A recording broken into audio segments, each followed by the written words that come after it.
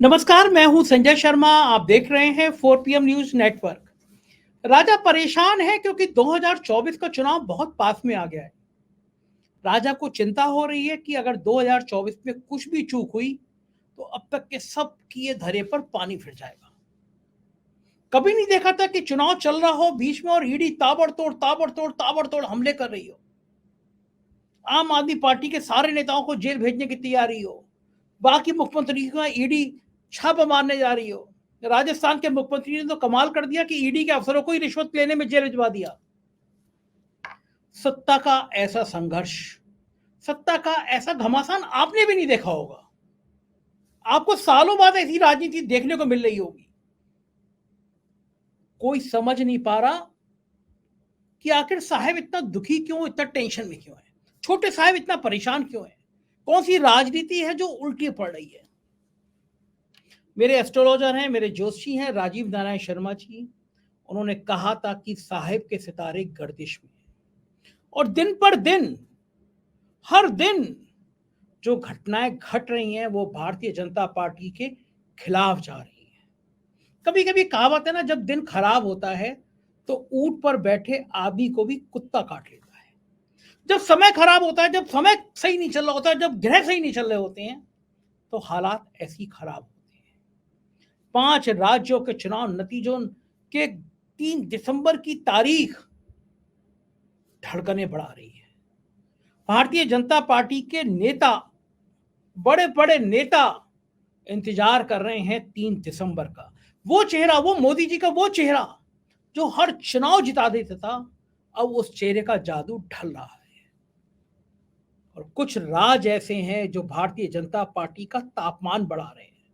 क्या होगा बंगाल में, क्या होगा महाराष्ट्र में, क्या होगा कर्नाटक में और क्या होगा बिहार और यूपी में। ये राज ऐसे हैं जो पूरे देश की राजनीति की तस्वीर बदल देंगे। और इन राज्यों में भाजपा को एक बड़ा डेंट लगता हुआ नजर आ रहा है। महाराष्ट्र में आंदोलन थम नहीं रहा। महाराष्ट्र के जो स्थानीय संपादक हैं जितेंद्र दीक्षित जी, वो मुझे बता रहे थे कि ये आंदोलन भाजपा के लिए इतना नासूर बन गया है कि महाराष्ट्र से, मुंबई से लेकर दिल्ली तक बीजेपी के नेताओं के पसीने आ रहे हैं। समझ नहीं पा रहे हैं कि महाराष्ट्र को संभाले तो संभाले कैसे। महाराष्ट्र संभलता है तो कर्नाटक से खराब खबरें आनी शुरू हो जाती हैं। कर्नाटक में बीजेपी कंफ्यूज है, जेडीएस के संग आने पे भी परेशान है। इतनी बल्क सीटें जीती थी लेकिन इस बार वो दूर होती हुई नजर आ रही है। बिहार में तो आपको पता है, खुद अमित शाह जी ने कहा था कि वहां 3 बड़ी ताकतें हैं, 2 जिधर मिल जाती हैं वो चुनाव जीत जाती हैं। और इधर 2 नहीं 4 ताकतें, लालू यादव, नीतीश, कांग्रेस, लेफ्ट एक फोरम पे, एक मोर्चे पर है, एक के बाद एक स्टेप सही कर रहे हैं। नीतीश कुमार ने जो जातिवाद का जिन्न निकाल दिया बाहर, जाति जनगणना का जो जिन्न निकाल दिया, उसने पिछड़ों को, दलितों को, मुसलमानों को एक फोरम दे दिया, एक रास्ता दे दिया और एक बहस छेड़ दी कि आखिर पिछड़ी जातियों की, दलित जातियों की अपेक्षा मोदी सरकार ने क्यों की। क्या वाकई में भाजपा ऊंची जातियों की पार्टी बनकर रहेगा। ये बहस छेड़ दी और पूरे देश में जैसी जैसी ये बहस तेज हो रही है, बीजेपी के पसीने आ रहे हैं। आज मैं आपको उन 5 राज्यों की तस्वीर दिखाने जा रहा हूं जो राज बीजेपी का डिब्बा गोल कर सकते हैं।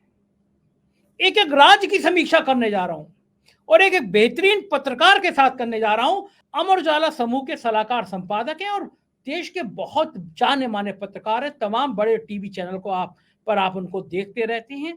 राजनीति का इतना शानदार अनुभव रखते हैं विनोद अग्निहोत्री जी। मैंने उनके संग बात की है, एक एक राज्य के बारे में बात की है, उसके हालातों के बारे में बात की है। मेरा आपसे रिक्वेस्ट है, ये इंटरव्यू पूरा सुनिएगा, समझ में आएगा कि साहब को आखिर डर क्यों लग रहा है, साहब को आखिर पसीने क्यों आ रहे हैं। चलते हैं सीधा विनोद अग्निहोत्री जी के पास। स्वागत है विनोद जी आपका, और मैं बड़ा आभारी हूं कि आपने 4 PM के लिए समय निकाला। मुझे लगता है कि देश की राजनीति की नब्ज को पहचानना हो तो आपसे बेहतर पत्रकार देश में कोई दूसरा नहीं है।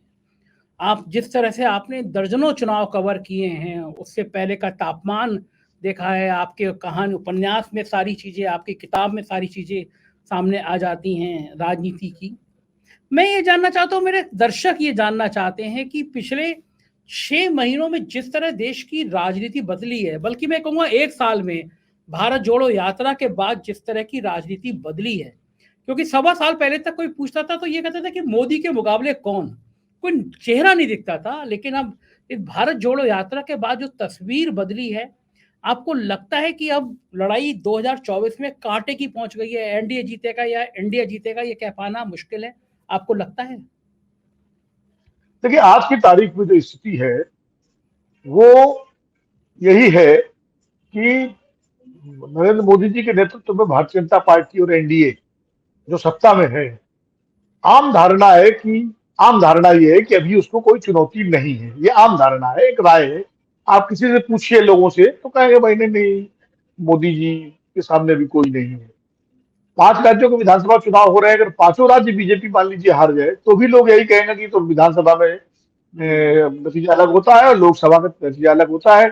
और 2018 का तुरंत उदाहरण भी लोग देंगे, और सही भी है, तथ्यात्मक रूप से बात सही भी है। लेकिन हमें जो लगता है, और खासकर जितना हम और आप चीजों को नहीं भाप पा रहे हैं, उससे ज्यादा प्रधानमंत्री नरेंद्र मोदी जी भाप रहे हैं, अमित शाह जी भाप रहे हैं, नड्डा जी भाप रहे हैं, और बीजेपी की जो टॉप लीडरशिप है यही है, ये लोग भाप रहे हैं। इसीलिए आप देखिए उनकी जो तैयारियां है, उनके जो एक्शंस हैं, उनके जो काम है, वो इन सब चीजों को भापने के बाद ही वो अपने हिसाब से उन्होंने अपने एक्शंस लिए हैं, जिसको कहते हैं ना कि अपनी रणनीति जो बनाई है। जैसे जब इंडिया गठबंधन बना तो सबसे पहले गठबंधन के नाम को लेकर के खुद प्रधानमंत्री जी ने अपने भाषण में कहा, सांसदों को संबोधित करते हुए, कि इंडिया से क्या होता है, Indian Mujahideen, east India company और तमाम विशेषण से नवाजा गया। यानी पहला वहीं से शुरू हो गया कि इंडिया जो है नाम। उसके बाद फिर इंडिया बनाम भारत की एक बहस चली, G20 के दौरान उसको खूब हवा दी गई कि, और ये इंडिया को कहा गया कि इंडिया तो अंग्रेजों का दिया हुआ नाम है, और इंडिया का तो हालांकि अंग्रेजों का दिया हुआ नहीं है, लेकिन इसको ये भी खूब चर्चा की। उसके बाद आप देखिए प्रधानमंत्री जी ने भोपाल में यूसीसी की बात की कि यूनियन यूनिफॉर्म सिविल कोड, एक घर में 2 कानून कैसे चल सकते हैं। लेकिन बाद में जब वो भी लगा कि यार ये भी एक बर्रे का सत्ता है, तो वो उसके बाद उन्होंने भोपाल के बाद उन्होंने अपने किसी भाषण में यूसीसी की बात नहीं की। आप जब ये जाति जनगणना का मुद्दा उठाया तो राहुल गांधी ने और इंडिया गठबंधन ने, और इसको एक मुद्दा बनाया, तो उन्होंने इस पर भी हमला किया और कहा कि ये लोग जो है जातिवाद का पाप कर रहे हैं, और देश में सिर्फ 2 ही जातियां हैं, एक ही गरीब की जाति है, और उन्होंने उसको गरीब का मुद्दा बनाया। तो कहीं ना कहीं थोड़ा सा चीजें उलट गई। पहले बीजेपी, कोई प्रधानमंत्री जी कोई मुद्दा उठाते थे उसकी काट विपक्ष करता था। इधर पिछले 1 साल से खासकर कर्नाटक और हिमाचल के चुनावों के बाद अब कांग्रेस या इंडिया गठबंधन आप कह लीजिए, वो कोई मुद्दा उठाता है और उसकी काट प्रधानमंत्री जी करते हैं या बीजेपी से की तरफ से आती है। तो ये एक परिवर्तन आप महसूस कर सकते हैं कि ये एक नैरेटिव सेटिंग में जो है, जिसको कहते हैं राजनीतिक माहौल बंदी, उसमें एक फर्क आया है। पहले वो माहौल बंदी बीजेपी की तरफ से होती थी और विपक्ष उस पर खेलता था, उसको जवाब देते थे, बचाव की मुद्रा में रहता था। अब माहौल बंदी विपक्ष की तरफ से हो रही है। ये एक जो है परिवर्तन आया। दूसरी बात यह है कि जो 5 राज्यों के चुनाव हो रहे हैं, इनमें कांग्रेस को बहुत उम्मीद है। वैसे इन 5 राज्यों में उसको लगता है कि उसका प्रदर्शन बहुत अच्छा होगा। भारतीय जनता पार्टी भी पूरी मेहनत कर रही है, और प्रधानमंत्री जी ने इस बार इन 5 राज्यों के चुनाव को सीधे सीधे अपने ऊपर लिया है। उन्होंने कहा है कि कलेक्टिव लीडरशिप, सामूहिक नेतृत्व में चुनाव लड़े जाएंगे। कोई चेहरा मध्य प्रदेश में नहीं है, शिवराज सिंह जी मुख्यमंत्री हैं आउटगोइंग, लेकिन उनको प्रोजेक्ट नहीं किया गया है, उनका टिकट भी चौथे लिस्ट में दिया गया। वसुंधरा राजे जो स्वाभाविक नेता है राजस्थान की, उनको घोषित नहीं किया गया, और छत्तीसगढ़ में रमन सिंह को या किसी को घोषित नहीं किया गया। तेलंगाना और मिजोरम की तो बात ही अलग है। तो भारतीय जनता पार्टी जो हमेशा नेता घोषित करके चुनाव लड़ती रही है ज्यादातर चुनाव में, और खुद भाजपा के लोग कहते हैं भाई मोदी जी के मुकाबले चेहरा कौन सा है विपक्ष के पास, वो 3 राज्यों में बिना चेहरे के लड़ रही चुनाव। और पूरा चुनाव मोदी जी ने कहा है, प्रधानमंत्री जी ने, कि कमल ही हमारा चेहरा है, यानी पार्टी की लीडरशिप। और अगर प्रचार की दृष्टि से देखें तो मोदी जी के नाम पर ही भारतीय जनता पार्टी चुनाव लड़ रही है। जबकि 2018 में संजय जी, एक कवर के रूप में शिवराज सिंह चौहान मुख्यमंत्री थे, उनके नाम पर था चुनाव। वसुंधरा राजस्थान में मुख्यमंत्री थी, उनके कामकाज पर चुनाव था, और रमन सिंह छत्तीसगढ़ में मुख्यमंत्री थे। तो उन चुनाव में जब बीजेपी हारी तो उसका बचाव ये किया गया कि भाई ये चुनाव तो मुख्यमंत्रियों का था और मुख्यमंत्रियों की वजह से चुनाव हारी पार्टी, और इसलिए इसमें प्रधानमंत्री जी की लोकप्रियता है, प्रधानमंत्री जी की उसमें कोई कमी नहीं। इस बार सीधे प्रधानमंत्री जी मैदान में है, मैदान में तो हमेशा रहते हैं। हर चुनाव वो बहुत गंभीरता के साथ, बड़ी मेहनत के साथ लड़ते हैं। इतनी मेहनत कोई राजनेता नहीं करता जितना वो करते हैं। और उन्होंने खुद संसदों की बैठक में कहा था कि तब तक आप हिंदुत्व और मोदी जी के सहारे रहेंगे, मंदिर और मोदी से अलग हटके भी आप काम कीजिए। तो कहीं ना कहीं उनको भी लगता है। तो ये पूरा चुनाव अब मोदी जी के नाम पर, पार्टी के नाम पर लड़ा जा रहा है। ये भी एक परिवर्तन है पिछले 2018 से। इसको देखते हुए ये माना जा सकता है कि मामला काफी जो है मुकाबले पर आ रहा है, आता जा रहा है। और अगर 5 राज्यों के चुनाव में कांग्रेस का प्रदर्शन बेहतर रहता है तो निश्चित रूप से फिर 2024 का चुनाव कांटे की टक्कर का चुनाव होगा, क्योंकि इंडिया गठबंधन और मजबूत हो जाएगा। हालांकि इंडिया गठबंधन में कुछ दिक्कतें आई हैं अभी, जैसे समाजवादी पार्टी कांग्रेस के बीच में तलखी पड़ी, नीतीश कुमार जी ने बयान दिया कि कांग्रेस तो चुनाव में व्यस्त है, लेकिन ये सब जैसे एक परिवार में आपस में थोड़ी बहुत तू तड़ाक होती है, उस तरह की तू तड़ाक है। और कांग्रेस के विधानसभा चुनाव के नतीजों पर पूरे इंडिया गठबंधन का भविष्य और कांग्रेस का भविष्य टिका हुआ है। और इसके बाद निश्चित रूप से लोकसभा चुनाव में कांटे की टक्कर की उम्मीद मुझे तो इसलिए लगती है कि एक तो अंक गणित जो है कि भाई सबको मिला दीजिए और एक के खिलाफ एक उम्मीदवार दे दीजिए तो वोट परसेंटेज के हिसाब से।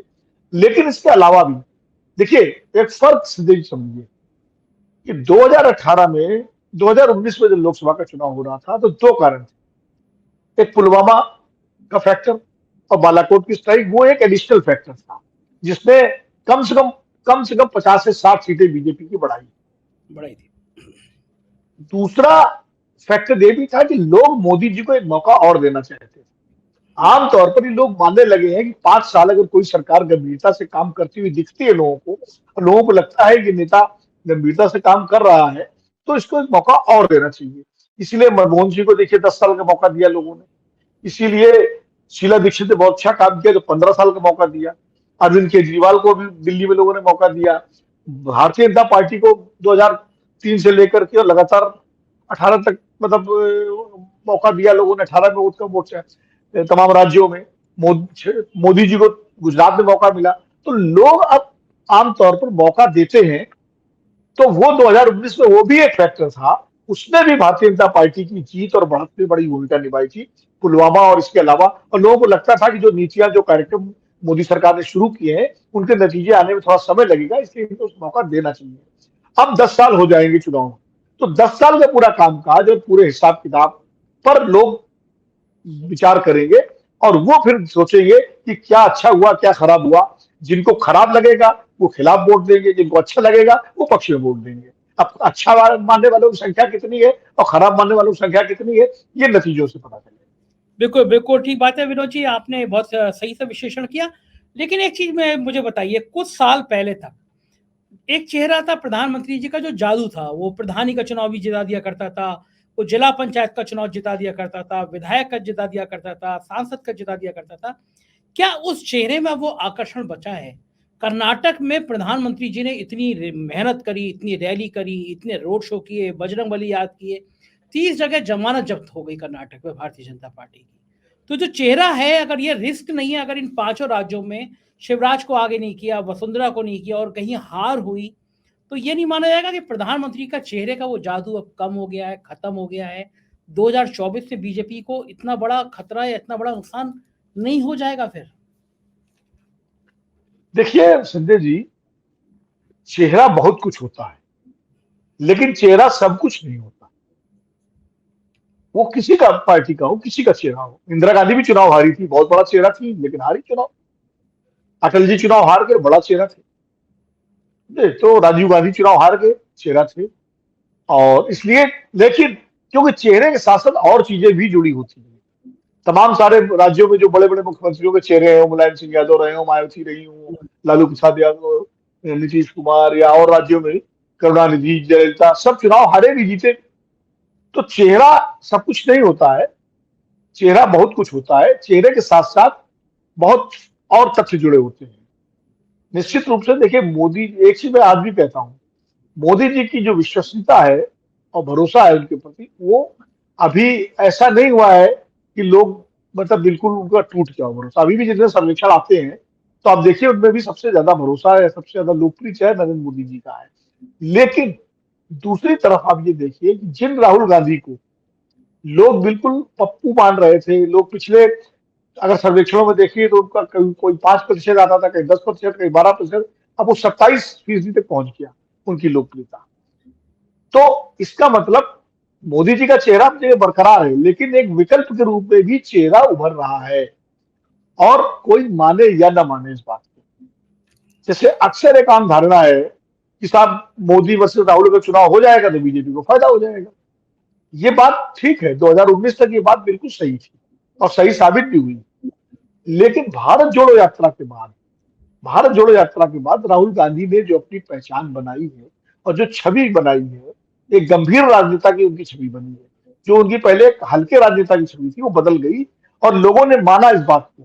अब उनकी छोड़ दीजिए, ट्रोल करते हैं जो आईटी सेल वाले हैं, जो कसम खा करके ही बिल्कुल जिनको आलोचना ही करनी है, वो अलग बात है। लेकिन आम जन सामान्य में अगर बात करिए तो जो लोग पहले राहुल गांधी को लेकर हंसते थे, जो लोग उनके मीम्स को फॉलो फॉरवर्ड करते थे, उनका सोच बदल गया है।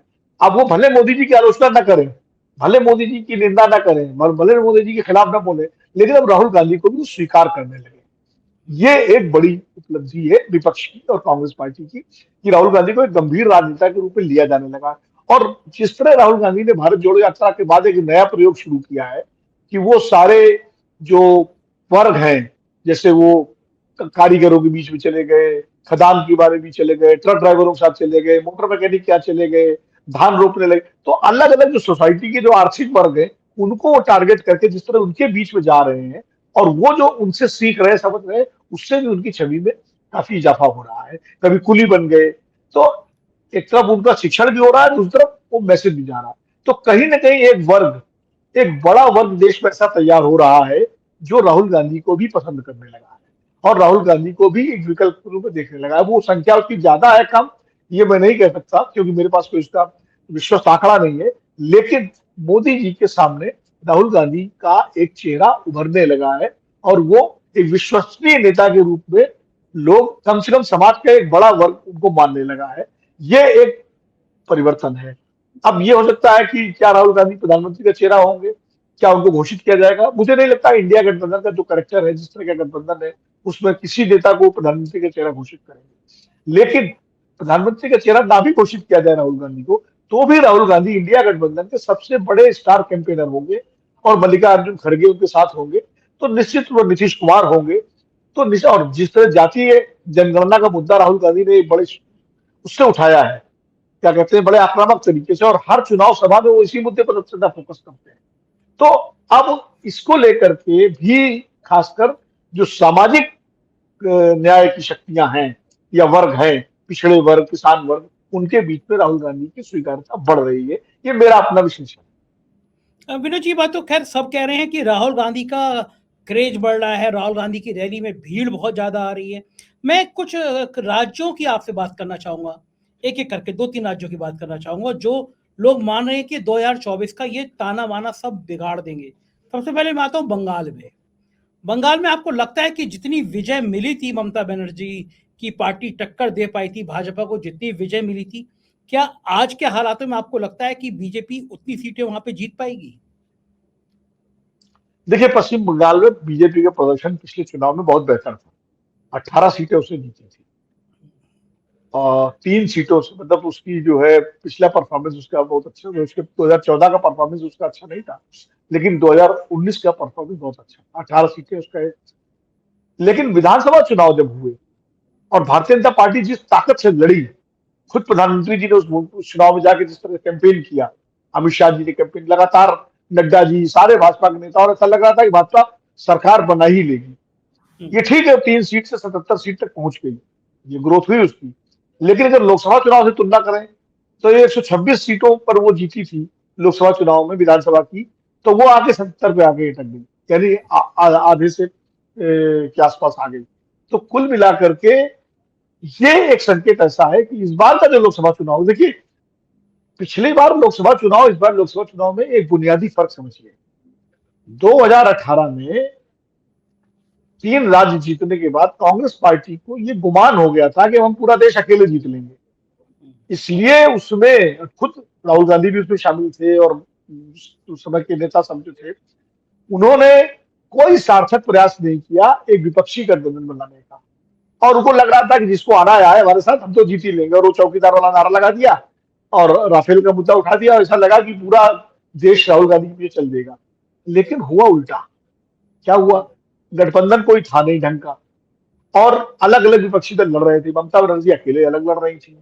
तो ममता, अब बंगाल पे आता हूं इसीलिए कि अगर बड़े गठबंधन का हिस्सा होती ममता बनर्जी, और ऐसे गठबंधन का हिस्सा होती जो सरकार बनाने की स्थिति में होता है, सरकार को चुनौती दे रहा होता, तो निश्चित रूप से बीजेपी को उतनी सीटें नहीं मिलती जितनी मिली, क्योंकि ममता बनर्जी अकेले लड़ रही थी।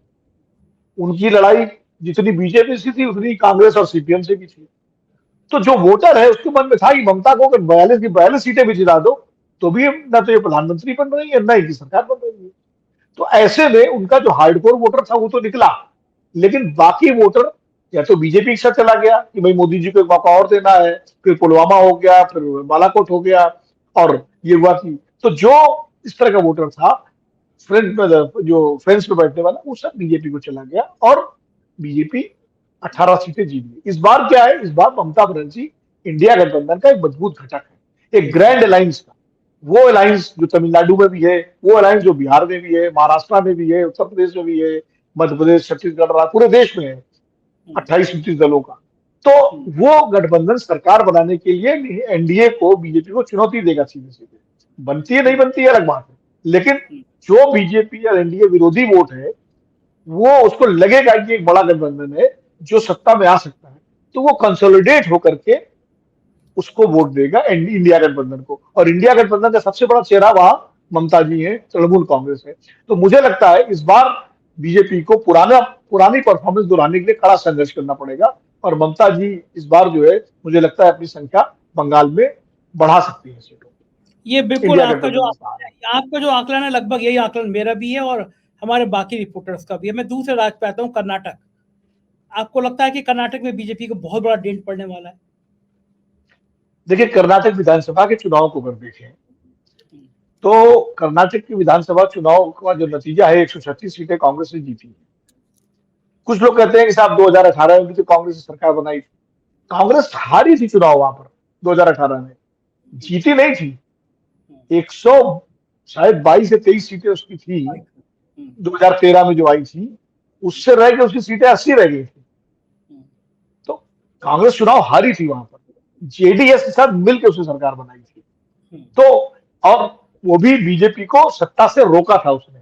बीजेपी सिंगल लार्जेस्ट पार्टी थी, और जब सिंगल लार्जेस्ट पार्टी को सत्ता से अब रोकते हैं तो आम धारणा लोगों की होती है कि यार ये मौका देना चाहिए, गलत बात है। और उसका भी नुकसान हुआ कांग्रेस को लोकसभा चुनाव में। वो भी एक सहानुभूति भाजपा के प्रति थी कि भाई बीजेपी को लोग, इन्होंने 106 सीटें आई, इसके बाद भी इन दोनों ने मिलकर सरकार नहीं बनाने दी, तो हम लोकसभा में बीजेपी को वोट देंगे, और दिया।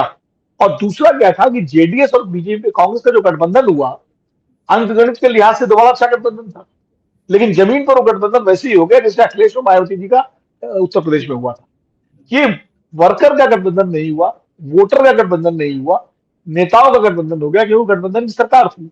तो जो दक्षिण मैसूर का इलाका है जहां कांग्रेस और जेडीएस की ही लड़ाई होती रही है अभी तक, बीजेपी वहां तीसरे नंबर की पार्टी है मैसूर, वहां जब उनका दोनों का गठबंधन हो गया तो जो कांग्रेस का कैंडिडेट जहां पर था वहां जेडीएस का वोटर चला गया बीजेपी के साथ, और जहां जेडीएस का कैंडिडेट था वहां कांग्रेस का वोटर बीजेपी के साथ चला गया। तो बीजेपी को डबल फायदा हुआ और वो सारी सीटें जीत गई। सिर्फ एक सीट जो है उस मतलब 25 सीटें जो है 28 में से 25 से 26 सीटें वो जीती थी। तो वो फायदा पिछली बार हुआ, और पुलवामा बालाकोट का एडिशनल तो था ही। इस बार अभी तक जो सामान्य परिस्थितियां हैं उसमें जेडीएस लगभग 20 से साफ हो गया है। जेडीएस की मजबूरी ये है इसको बीजेपी से गठबंधन करना पड़ रहा है। अब बीजेपी इसको 4 या 5 सीटें दे रही है अपनी सीटें काट करके, अपनी जीती हुई सीटें देनी पड़ेंगी उसको। तो अब यही स्थिति हो सकता है वहां हो जाए कि जेडीएस और बीजेपी के वर्कर के बीच में अगर गठबंधन नहीं हुआ तो उसका फायदा तो कांग्रेस को मिल सकता है। दूसरा, जो माइनॉरिटी वोट है वो पूरा कंसोलिडेट होगा कांग्रेस के साथ। कांग्रेस। तो इस बार 2019 जैसी स्थिति कर्नाटक में होने की संभावना मुझे नहीं लगती। इस बार निश्चित रूप से कर्नाटक में बीजेपी को अपनी पुरानी टैली या एक सम्मानजनक स्कोर के लिए कड़ा संघर्ष करना पड़ेगा कांग्रेस के साथ। कांग्रेस अपबीट भी है, वहां पर इंटैक्ट भी है, और वहां जो परिस्थितियां हैं उसमें मुझे लगता है कि इसका प्रदर्शन अच्छा होना चाहिए। बाकी चुनाव है, चुनाव के बारे में कोई अंतिम भविष्यवाणी हम लोग नहीं कर सकते। वो खाली एक ही व्यक्ति कर सकते हैं, राजीव नारायण शर्मा जी, जो आपके परम चैनल ज्योति पे है। आ गया, हम वो तो लोग नहीं कर सकते। उनकी भविष्यवाणी बड़ी हिट रहती है, पूरी दुनिया में सुनी जाती है। हम लोग नहीं कर सकते भाई। नहीं कर सकते, बिल्कुल ठीक कह रहे, नहीं कर सकते, हम लेकिन हाँ ये विश्लेषण कर सकते हैं, भविष्यवाणी नहीं कर सकते। हाँ मोटे मोटे अनुमान लगा सकते हैं, जैसे 2 राज्यों का लाया कि बंगाल और कर्नाटक में नुकसान होगा। अगला राज्य बिहार। अमित शाह जी ने कहा था कि 3 ताकतें हैं, 2 ताकतें जहां मिल जाती हैं वो जीत जाता है, और इस समय 2 ताकतें जो मिली हुई हैं बीजेपी को परेशान कर रही हैं। बिहार का क्या गणित रहेगा? देखिए, 2 नहीं 2.5 ताकतें मिली हुई हैं, आरजेडी, जेडीयू, लेफ्ट और कांग्रेस को भी आप मानिए। अच्छा, लेफ्ट भी तो है वहाँ पे, ठीक, बिल्कुल सही। देखिए, वो लेफ्ट और कांग्रेस की ताकत भले उतनी ना हो, लेकिन लेफ्ट और कांग्रेस मिलाकर के भी वहां काफी कुछ सीटों पर उनका एक ग्लू का काम करते हैं। तो उस तरह से ताकतें, और बीजेपी ने अपना वहां गठबंधन बनाया, जीतन राम मांझी है, उपेंद्र कुशवाहा है, चिराग पासवान है, तो बीजेपी ने भी अपना एक राइज बनाया हुआ है वहां पर। तो बिहार में चुनाव दिलचस्प होगा, लेकिन लालू यादव और नीतीश कुमार के मिलने से और कांग्रेस के मिलने से पलड़ा जो मुझे लगता है, क्योंकि 2015 के चुनाव हम देख चुके हैं विधानसभा का जिस तरह का नतीजा आया था, तब भी जीतन राम मांझी और चिराग पासवान के पिताजी रामविलास पासवान वो बीजेपी के ही साथ थे, उपेंद्र कुशवाहा भी बीजेपी के साथ थे, एनडीए में थे। लेकिन 2015 का जो विधानसभा चुनाव हुआ उसमें साफ हो गया था एनडीए, खाली 52-53 सीटें आई थी बीजेपी और 178 सीटें आई थी महागठबंधन की। तो अगर वही समीकरण बन जाता है तो निश्चित रूप से बीजेपी के लिए चिंता की बात होगी। अगर उसमें से कुछ वोट जो ईबीसी वोट एबीसी अगर बीजेपी खींचने में कामयाब रहती है तो कुछ मुकाबला करेगी। लेकिन बिहार भी बीजेपी के लिए बहुत बड़ा 2019 ऐसा नहीं है। 2019 में तो एनडीए ने स्वीप किया था वहां पर, क्योंकि नीतीश कुमार और बीजेपी का जो गठबंधन था वो एक बड़ा लीथल गठबंधन था। अगला राज्य महाराष्ट्र, सबसे टिपिकल राज्य, किसी को समझ नहीं आ रहा कि वहाँ हो क्या रहा है। वहाँ हर दूसरे दिन एक नया एंगल बन जाता है। लेकिन जो मेरी महाराष्ट्र के जो मेरे रिपोर्टर हैं, जितने देशी सीनियर जर्नलिस्ट है, वो एबीपी में बहुत साल मेरे साथ में एसोसिएट है, उनका और बाकी पत्रकारों का भी कह रहा था कि महाराष्ट्र में बीजेपी ने अपने पैरों पे कुल्हाड़ी मारी है, आरक्षण की जो आग निकल गई है, शिंदे संभाल नहीं पा रहे हैं। तो लोग कह रहे हैं कि महाराष्ट्र में बहुत बड़ा डेंट लगेगा बीजेपी को। देखिए, महाराष्ट्र आपने सही कहा कि समझना बड़ा मुश्किल है। आप राष्ट्र की पॉलिटिक्स समझ सकते हैं, लेकिन महाराष्ट्र की नहीं समझ सकते, महाराष्ट्र की नहीं बोल रहे। क्योंकि राष्ट्र और महाराष्ट्र जब महा लग जाता है किसी चीज में तो चीज बड़ी व्यापक हो जाती है ना। जैसे रैली, महारैली, तो हाँ, तो वहां तो महाराष्ट्र है वो। तो निश्चित रूप से वहां की राजनीति को समझना बहुत इस समय बड़ा जटिल है, क्योंकि जिस तरह से वहां पहले जब 2019 का चुनाव हुआ, शिवसेना बीजेपी का गठबंधन, उसको बहुमत मिल गया, लेकिन शिवसेना और बीजेपी के बीच झगड़ा हो गया मुख्यमंत्री पद को लेकर के, शिवसेना अलग हो गई। किसी ने सोचा नहीं था कि कांग्रेस पार्टी शिवसेना के साथ गठबंधन करेगी। एनसीपी का तो समझ में आता था कि एनसीपी तो जा सकती है, क्योंकि लेकिन कांग्रेस पार्टी उस गठबंधन में शामिल हुई जिसमें बाला साहब ठाकरे की पार्टी शिवसेना हो, ये अपने आप में तो बीजेपी को ही भरोसा नहीं था। इसीलिए बीजेपी तो अड़ गई कि उसको लगा जाएंगे तो जाएंगे कहा शिवसेना वाले, झक मार के हमारे पास आएंगे। लेकिन वो वहां खेल दूसरा हो गया। तो तब से महाराष्ट्र की राजनीति समझना पड़ा।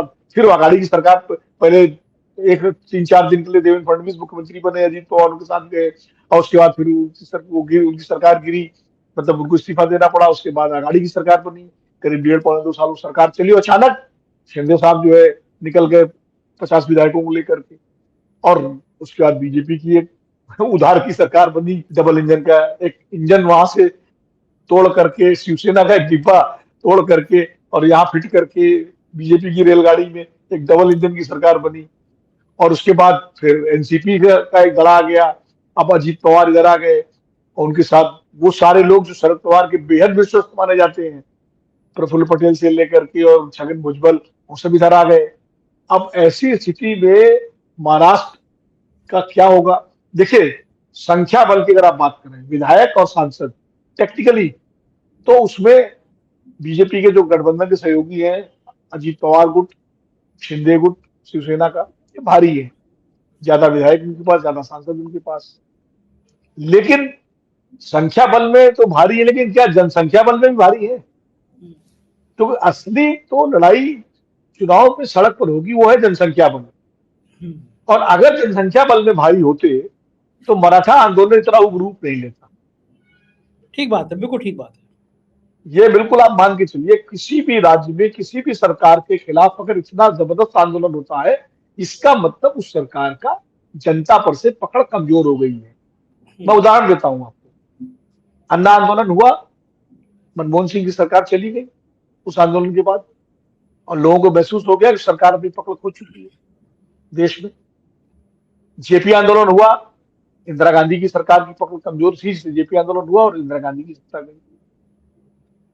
वीपी सिंह का दौर आया, राजीव गांधी की पकड़ कमजोर हुई, उनकी सत्ता गई। आप देखिए, राम मंदिर का आंदोलन हुआ तो कहीं ना कहीं बीजेपी की पकड़ मजबूत होती गई और कांग्रेस की कमजोर होती गई। गुजरात में जब पटेल आंदोलन हुआ, तो पटेल आंदोलन का असर यह हुआ, वो तो हैंडल कर लिया, और मोदी जी का व्यक्तिगत चूंकि लोकप्रियता और उनकी जो गुजराती अस्मिता थी, वो काम कर गई थी कि बीजेपी किसी तरह की सरकार बचा पाई 2017 में। 99 पर आकर अटक गई, मतलब जाते जाते उसकी सरकार बची थी। कांग्रेस ने सबसे अच्छा प्रदर्शन किया था उस समय। अगर कांग्रेस के पास इलेक्शन मशीनरी अच्छी होती, कांग्रेस का बूथ मैनेजमेंट सही होता, जो बीजेपी का रहता है, तो शायद कांग्रेस गुजरात में सरकार बना लेती 2017 में। पटेल आंदोलन का जो असर हुआ था, लेकिन वो, और राजस्थान में 2008 में वसुंधरा सरकार के खिलाफ गुर्जर आंदोलन हुआ था, वो चुनाव हुआ, वसुंधरा सरकार हार गई। यानी जब सत्ता के खिलाफ ऐसा आंदोलन हो कि लोग सड़कों पर आ जाएं, तो आप मान के चलिए कहीं ना कहीं पार्टी की सत्ता की पकड़ जनता से कमजोर हो रही है। टिकैत आंदोलन हुआ तो कांग्रेस हारी उत्तर प्रदेश में, किसान आंदोलन जो हुआ। हाँ, बिल्कुल ठीक बात है। तो इसलिए मराठा आंदोलन जिस आक्रामक और उग्र तरीके से हो रहा है, इसका मतलब कहीं ना कहीं शिंदे सरकार की पकड़ जनता पर से कमजोर हुई है। अगर कमजोर नहीं होती तो निश्चित रूप से ये आंदोलन इतना ज्यादा नहीं फैलता। उसके लोग, पार्टी के लोग, संगठन के लोग रोकते उस चीज को, लेकिन वो कहीं प्रभावी नहीं हो, तो खुद अपनी जान बचाते घूम रहे हैं उनके विधायक सब, सही बात, सांसद और विधायक कुछ इस्तीफे दे रहे हैं, कुछ बचाते घूम रहे हैं। तो इसलिए जो है, ये एक संकेत है कि बीजेपी ने जिनको अपना सहयोगी बनाया है, उनको एक तरह से, जैसे कहते हैं ना, गले में पत्थर बांध के आप कूद जाइए समुद्र में या नदी में, तो गले का पत्थर न साबित हो जाए ये लोग बीजेपी के लिए। ये एक महाराष्ट्र की राजनीति है, ये समझना पड़ेगा भारतीय जनता पार्टी। बिल्कुल बिल्कुल ठीक है। आखिरी राज्य जिसके बारे में बात करना चाह रहा हूँ वो है उत्तर प्रदेश, जिसकी जो आपके हथेली की तरह आप जिस राज्य को जानते हैं, एक चीज बता देंगे, कि सीट बता देंगे आप। उत्तर प्रदेश अगर क्या संकेत दे रहा है, उतनी सीटें, इंडिया गठबंधन मजबूत होता है तो फिर कम सीटें। उत्तर प्रदेश से क्या संकेत आ रहे हैं? बार बार कहा जाता है योगी और अमित शाह के रिश्ते अच्छे नहीं हैं। घोसी के उपचुनाव के नतीजों ने चौंका दिया सबको। ऊंची जातियां तक समाजवादी पार्टी के पक्ष में चली गई, 42,000 वोटों से चुनाव जीता। खतौली का चुनाव, कई सारे ऐसे उपचुनाव हैं जो बिल्कुल चौंका गए हैं। उत्तर प्रदेश से क्या लग रहा है आपको? संजय जी, उत्तर प्रदेश को तो आप भी जानते हैं, और इस समय आप वहीं पर हैं तो शायद मुझसे भी ज्यादा जान रहे होंगे, क्योंकि मैं थोड़ा दूर दिल्ली में बैठा हूँ। लेकिन देखिए, उपचुनाव के नतीजों से जनरल चुनाव का नतीजा मैं नहीं निकाल पाऊँ। 2018 में आप याद कीजिए, 3 उपचुनाव हुए थे, गोरखपुर, फूलपुर और कैराना। एक पश्चिम में, एक मध्य में, एक पूर्वी उत्तर प्रदेश में। तीनों बीजेपी हार गई थी, और एक नूरपुर का विधानसभा चुनाव हुआ तो वो भी हार गई थी। और बहुत उत्साह, बड़ा हल्ला मचा कि अब तो बीजेपी को हराने का मंत्र मिल गया, और ये सारा मीडिया में, टीवी चैनल्स में, हमारे आपके जैसे विश्लेषकों ने, सबने ये कहा। लेकिन 2019 में तो स्थिति बिल्कुल दूसरी हो गई। तो इसलिए एक तो उपचुनाव के नतीजों पर मैं नहीं जाता हूं। दूसरा मेरा मानना है कि इंडिया गठबंधन जो है, उसको अगर सबसे कठिन चुनौती कहीं पर है पूरे देश में, तो उत्तर प्रदेश में। उसके 2-3 कारण है। गुजरात से भी ज्यादा कठिन चुनौती है। गुजरात तो मोदी जी का अपना राज्य है, वहां बीजेपी बहुत मजबूत है, लेकिन फिर भी वहां अगर कांग्रेस ढंग से लड़े चुनाव तो कुछ सीटें ले सकती। उत्तर प्रदेश में क्या है कि जो डबल इंजन है बीजेपी का, वो असली डबल इंजन उत्तर प्रदेश में है, मोदी और योगी। यानी एक इंजन जो राष्ट्रीय स्तर पर भाजपा का सबसे लोकप्रिय चेहरा है, और दूसरा जो उत्तर प्रदेश के स्तर पर भाजपा का सबसे लोकप्रिय चेहरा है, जनाधार वाला। बाकी राज्यों में उस तरह के चेहरे नहीं है, वहां सब मोदी जी की ताकत पर चुनाव लड़ेगी बीजेपी। ठीक है, शिवराज है, वसुंधरा है, रमन सिंह है, लेकिन जो योगी जी की जो लोकप्रियता है, या योगी जी का जो एक महत्व है, इसको दिल्ली की बीजेपी माने या ना माने, लेकिन सच्चाई है, नरेंद्र मोदी के बाद अगर भारतीय जनता पार्टी में कोई जनाधार वाला नेता है तो वो योगी आदित्यनाथ जी है आज की तारीख में। हम उनसे सहमत असहमत, उनके प्रति उनकी जो भी आलोचना लोग करते हैं, लेकिन ये सच्चाई है। तो यहां जब उत्तर प्रदेश में जब चुनाव होगा तो योगी और मोदी की लोकप्रियता क्लब कर जाती है, ज्वाइन कर जाती है। आप समझिए इस बात, इसलिए एक कठिन चुनौती। दूसरी तरफ विपक्ष, इंडिया गठबंधन में वो एक रूपता अभी तक नहीं आ पाई है जो अन्य राज्यों में है। जैसे बिहार में लालू, नीतीश, कांग्रेस, लेफ्ट एकजुट है, तो सीटों का बंटवारा भी एडजस्ट हो जाएगा। महाराष्ट्र में भी अघाड़ी के तीनों घटक जो है वो एकजुट है। बंगाल में ममता जी सबसे बड़ी लीडर होंगी, थोड़े बहुत सीटें कांग्रेस ले लेगी, लेफ्ट अलग लड़ेगा, लेकिन वो वहां खिंच जाएगी गाड़ी। केरल में इंडिया वर्सेस इंडिया ही होगा। बाकी राज्यों में, तमिलनाडु में गठबंधन में कोई दिक्कत नहीं है। सर, जम्मू कश्मीर में, उत्तर प्रदेश में सबसे बड़ी समस्या ये है कि एक तो योगी मोदी का डबल इंजन, डबल लोकप्रियता बीजेपी की। दूसरा, हिंदुत्व के तीनों केंद्र उत्तर प्रदेश में, अयोध्या, मथुरा, काशी, जो उसके एजेंडे वाले। तीसरा, उत्तर प्रदेश में इंडिया गठबंधन में समाजवादी पार्टी और कांग्रेस पार्टी के बीच में अभी विश्वास को लेकर के एक संकट है, जो मध्य प्रदेश के चुनाव से देखने में आया सामने। वो विश्वास को लेकर परस्पर संकट है। जयंत चौधरी और समाजवादी पार्टी के बीच में विश्वास का संकट, और मायावती जी का जो हाथी है बसपा का, वो किस चाल को चलेगा, किस करवट बैठेगा, वो भी एक मुद्दा है। क्या, क्योंकि हम चाहे कितना खारिज कर दें मायावती जी को, फिर भी 12% वोट उनके पास है विधानसभा एक, और वो एक चेहरा है। वो किस तरह से, क्या उनकी भूमिका होगी, वो क्या इंडिया गठबंधन में शामिल होंगी या अलग लड़ेगी, अभी ये स्पष्ट नहीं है। अगर इंडिया गठबंधन में शामिल होती है तो सीटों का बंटवारा क्या होगा, क्या एडजस्टमेंट होगा, क्या 2019 जैसा होगा कि 40-40 सीटें वो लड़ ले, या 30-30 लड़ ले और 10 कांग्रेस लड़ ले, तो 12 सीटें और 7-8 सीटें आरएलडी लड़ ले, या वो अलग लड़ेंगे, ये सब चीजें अभी स्पष्ट नहीं है। इसलिए उत्तर प्रदेश की तस्वीर अभी बहुत स्पष्ट नहीं है, कम से कम मुझे जो है। उधर बीजेपी का गठबंधन अपनी तरफ से इंटैक्ट है। ओम प्रकाश राजभर आ गए, वो आपके दारा सिंह चौहान हार गए चुनाव, अलग बात है, लेकिन आ गए वो भी। तो बीजेपी के अपने कील, अनुप्रिया पटेल उनके साथ है ही, बीजेपी के अपने कील काटे उत्तर प्रदेश में दुरुस्त है, वहां ज्यादा झगड़े झंझट नहीं है। अभी इंडिया का अभी सीटों का बंटवारा, अभी विधानसभा चुनाव में कांग्रेस अगर अच्छा करती है तो उसके बाद वो कैसे समाजवादी पार्टी के साथ उसकी क्या डील होती है, क्या वो बसपा के साथ क्या, तो ये सारे प्रश्न अभी अनसुलझे प्रश्न है। तो जब तक इनकी तस्वीर साफ ना हो, तब उत्तर प्रदेश के बारे में कहना मुश्किल है। लेकिन इतना मैं कह सकता हूं कि आज की तारीख में, आज जब हम बात कर रहे हैं ये 2 नवंबर 2023 को, तो आज की तारीख में अभी भी भारतीय जनता पार्टी सबसे मजबूत स्थिति में उत्तर प्रदेश में है। बिल्कुल ही बात। हमने जो बाकी राज्यों की बात करी विनोद जी, और जो नुकसान आज की तारीख में दिख रहा है, वो कम से कम 30 सब राज्यों को जोड़ने, बंगाल को, बिहार को, महाराष्ट्र को, कर्नाटक को खास तौर से, तो मोटा मोटा 30-35 सीटों का नुकसान दिख रहा है। तो क्या लग रहा है, आखिरी सवाल मेरा, कि सरकार बनती हुई नजर आएगी भी आज की तारीख में, तो वो एनडीए की नजर आ रही है ना, भाजपा की तो नजर नहीं आ रही ना? देखिए, बहुत लोग इस बात को कहते भी हैं कि 2024 में हो सकता है कि बीजेपी की सीटें कम हो जाए, जैसा आपने कहा 30-35 सीटें।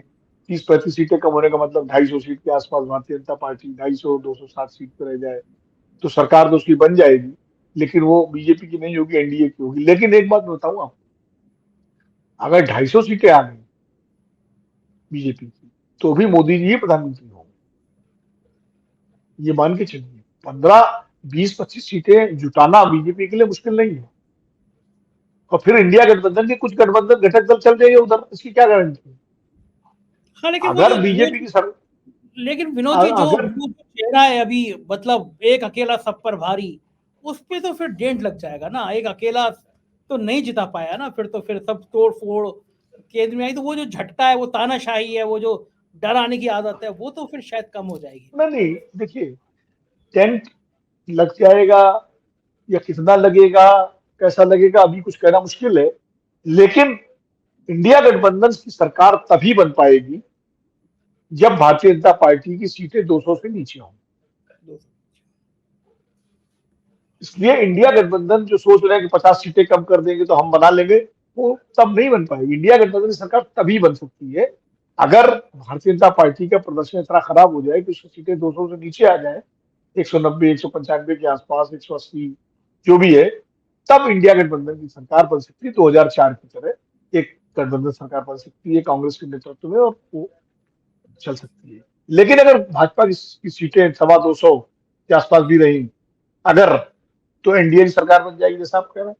एनडीए का मतलब, लेकिन एक बात और सुनिए, अगर भाजपा की सीटें 250 होती है तो एनडीए के जो घटक दल है ना, उनकी सीटें बिल्कुल नगण्य होंगी, क्योंकि गायब हो उनकी जाएगी। ताकत क्या है? उनकी वो ताकत भी तो बीजेपी है ना, हाँ, उनकी ताकत तो बीजेपी है। तो फिर जाहिर है, फिर बीजेपी को अगर सरकार बनानी होगी तो उसको एनडीए के बाहर जाके अपने सहयोगी तलाशने होंगे। तलाश करनी होगी। इसीलिए तेलंगाना में बीआरएस के साथ भाजपा सॉफ्ट हो गई है। इसलिए सॉफ्ट हो गई है कि कल को लोकसभा चुनाव में अगर तेलंगाना 17 एमपी है, अगर उसमें 10-12 एमपी जिता लाती है बीआरएस, तो वो एनडीए को अगर जरूरत पड़े तो एनडीए के साथ आ जाए। नवीन पटनायक के साथ उनके रिश्ते अच्छे हैं, वो आ जाए, जगनमोहन रेड्डी आ जाए। इस तरह उन्होंने अपना एनडीए के बाहर को जुगाड़ कर रखा है। और फिर ऐसे में एनडीए के भी कुछ घटक दल, मायावती जी का क्या भरोसा, वो चुनाव से पहले बीजेपी से नहीं करेंगी कोई समझौता, चुनाव के बाद वो कहीं भी समझौता कर सकती है। वो तो हम इतिहास हम लोग जानते हैं उनका, उत्तर प्रदेश में 3-3 बार उन्होंने बीजेपी के साथ समझौता किया। तो इंडिया गठबंधन में भी और एक चीज है, विश्वसनीयता उत्तर प्रदेश को अगर देखें तो अखिलेश यादव की ज्यादा है। अखिलेश यादव के एमपी जो आएंगे वो अखिलेश यादव बीजेपी के साथ नहीं जाएंगे, क्योंकि उनकी राजनीति जो है वो बीजेपी की विरोध की राजनीति है। इसलिए ये कांग्रेस को भी सोचना पड़ेगा कि उत्तर प्रदेश में उनका विश्वसनीय सहयोगी कौन है। आप मायावती से अगर समझौता कर लेते हैं और मायावती आपके सहयोग से 10-12 सीटें जिता ले जाती है मान लीजिए, तो वो तो चल जाएंगी उधर, अगर जरूरत पड़ेगी। अखिलेश नहीं जाएंगे, ये बात सही है। तो ये भी सोचना पड़ेगा। तो इंडिया गठबंधन में भी कुछ घटक, कुछ दल ऐसे भी हो सकते हैं कि अगर स्थिति इधर अच्छी हो गई तो चल दें। तो ये निर्भर करेगा नंबर कितना किसका आता है। अगर इंडिया गठबंधन की सीटें ठीक ठाक आ जाती हैं, सरकार बनाने के करीब पहुंच जाती है मामला, तो उनकी बन सकती है। और नहीं तो फिर बीजेपी सिंगल लार्जेस्ट पार्टी। एक और चीज है इसमें, सिंगल लार्ज अगर त्रिशंकु भी लोकसभा हो जाए तो सिंगल लार्जेस्ट पार्टी को बुलाने का राष्ट्रपति को अधिकार है। लेकिन उसमें एक पेच है, चुनाव पूर्व जो गठबंधन होता है उसको सिंगल यूनिट ही माना जाता है। मतलब चूंकि इंडिया गठबंधन बन चुका है और चुनाव से कई महीने पहले बन गया, तो जब सीटें जो आएंगी वो इंडिया गठबंधन की सारी सीटें एक सिंगल सीटें मानी जाएंगी, सिंगल गठबंधन की सीटें। वो कांग्रेस पार्टी की सीटें नहीं होगी, वो मतलब उसमें फिर मुकाबला होगा कि तो वो सिंगल लार्जेस्ट ही मानी जाएगी। तो एनडीए बनाम बड़े एनडीए बनाम इंडिया जो है, तो ये सारे बड़े पेच हैं अभी, जिन पर हम लोगों की नजर रहेगी, हम लोग देखते रहेंगे, आपसे चर्चा करते रहेंगे। विनोद जी, आपने इतना सारा बढ़िया पिक्चर क्लियर करी और हम आपको बीच बीच में परेशान करते रहेंगे। इतना कीमती समय देने के लिए शुक्रिया, थैंक यू। सुना आपने, ये हालात हैं देश के, ये हालात हैं राजनीति के, ये हालात हैं परिस्थिति के। मैं भी साहिब की जगह होता तो मुझे भी डर इतना लगता, आप भी साहिब की जगह होते तो डर आपको भी लगता, क्योंकि जो सत्ता 9 साल से निरंकुश होकर चलाई है, उस सत्ता के जाने का डर, उस सत्ता के जाने की आहट बेचैन कर देती है। मुझे बताइएगा ये चर्चा आपको कैसे लगी, मुझे आपके कमेंट का इंतजार रहेगा। चैनल को ज्वाइन कीजिएगा, अपना प्यार बनाए रखिएगा। शुक्रिया, थैंक यू।